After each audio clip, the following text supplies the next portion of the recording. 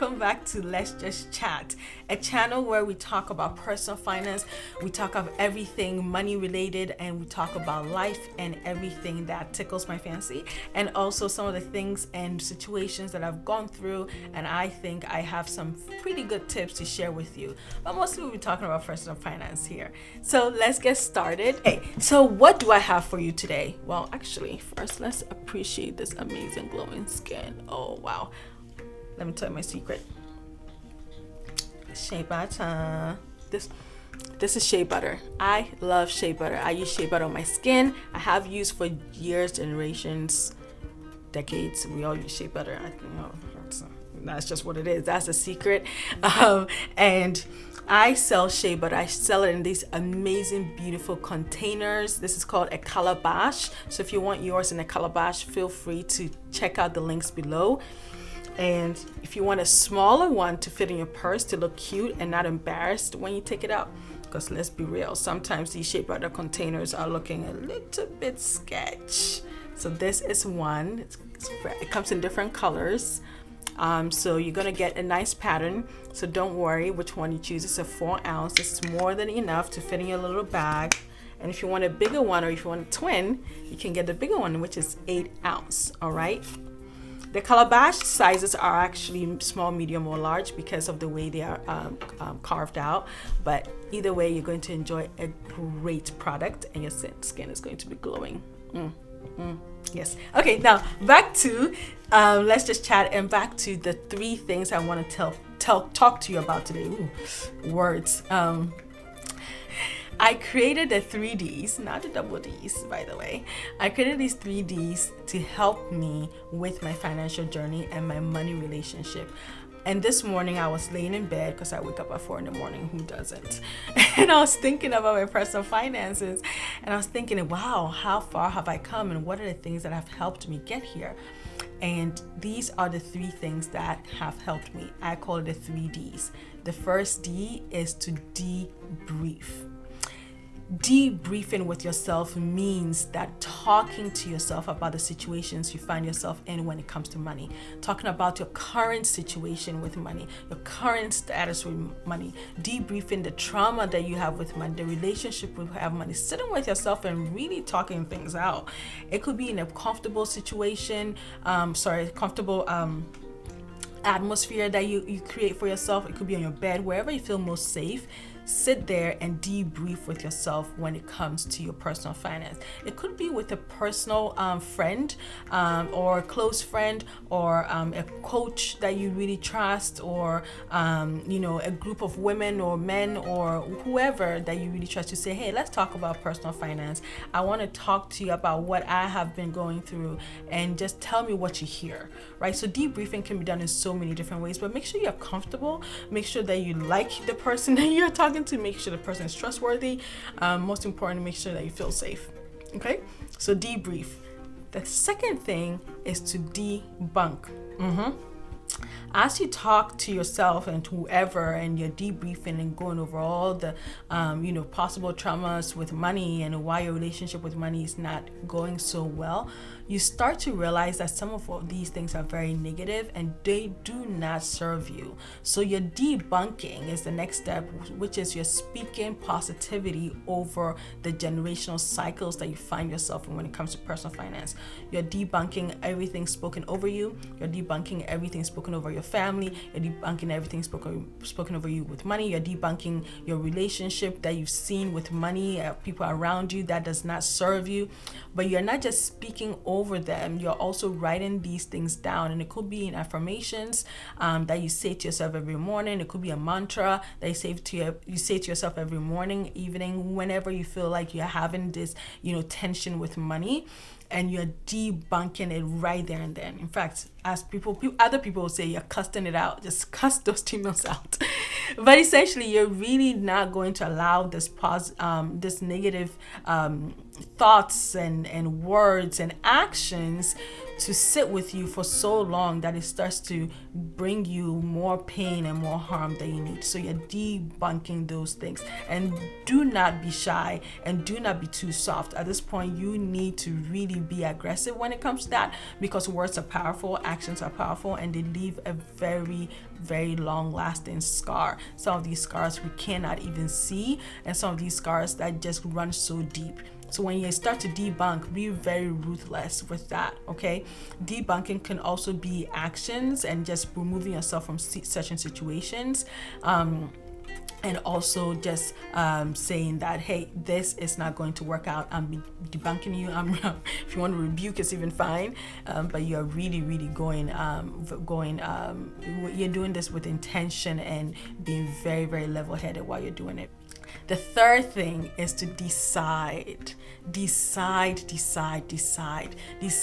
get help. Decide to create a budget. Decide to stick to a budget. Decide to have an accountability partner. Decide to remove yourself from these situations and from these people who don't help you and serve you towards your personal finance growth. You have to decide to do these things. So it could be creating a budget, sticking to a budget. It could be getting help. Sometimes we want help for free, but sometimes you just need tailored help, and maybe you have to pay for it, and that is okay. It's okay to pay for a personal financial coach.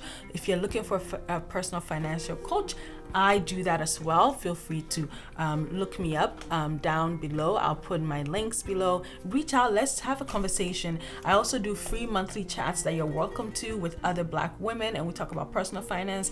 We share our tips and tricks. We ask questions to each other. It happens once a month for an hour. So if you want to join, leave me a comment below or email me. I'll put all my information below and I'll add you to it, right? And if you want something that's one-on-one, feel free to reach out to me. I do offer those services as well. But back to deciding. Deciding is one of the best steps you can do after you have debriefed, debunked, because that is really executing all the things that you've been doing and all the things you say you want to do. So when you decide, you're putting systems in place. You're deciding to put systems in place. You're deciding to really hold yourself accountable and to really change the trajectory of your personal finance from a not so good or a good place to a better place, or to a good place to the best place you can possibly be.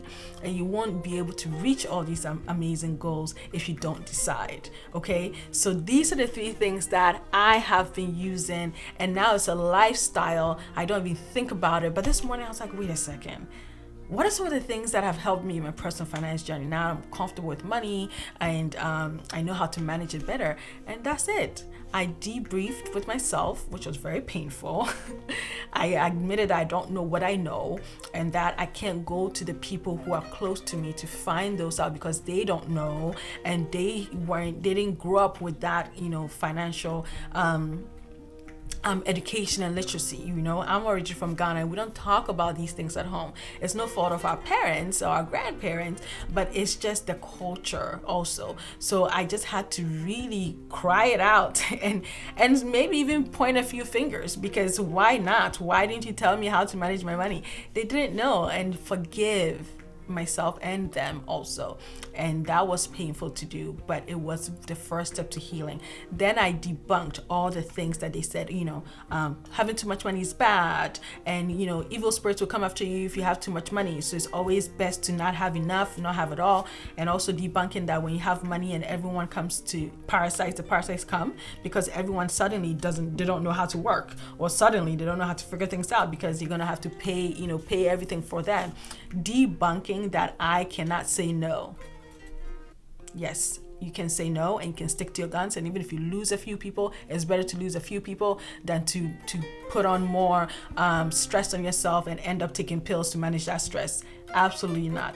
But debunking that I cannot say no, debunking that I can't have wealth, debunking that having wealth is a bad thing and I'm going to be a target, right? So these are all the things that were seeping through consciously, unconsciously, very directly and indirectly, and debunking words spoken over my family and my life and all these other things, direct, indirect, and that was a battle. That was a spiritual battle, that was a physical battle, and that battles, an emotional battle, and also always as I've healed a little bit better, it's always a mental battle too. I'm getting better. And the last thing that I did, which was to decide, I decided I'm going to figure this thing out. I watched a lot of YouTube videos. I paid for help. I read books, I listened to podcasts all the time, I talked to people. I was more open to saying, hey, I don't know how to do this thing. How do you figure these things out? And so I did all those things and it did help. So deciding to do that and then creating systems that work. And the most important thing that I did was to create a budget. People, create the budget and stick to the budget. I am a master budgeter. I really, really, really enjoy it. I could stay with it for hours. Not because I have so much that I just want to always count my money. But yes, I do have enough. But really because I want to know where my money is going and I want to tell it where to go and I want to manage it well. And because I've been blessed with what I have, be it little, big, medium size, whatever it is, I do not want to mismanage it because I'm a steward. And if I mismanage it, God is not going to bless me with more.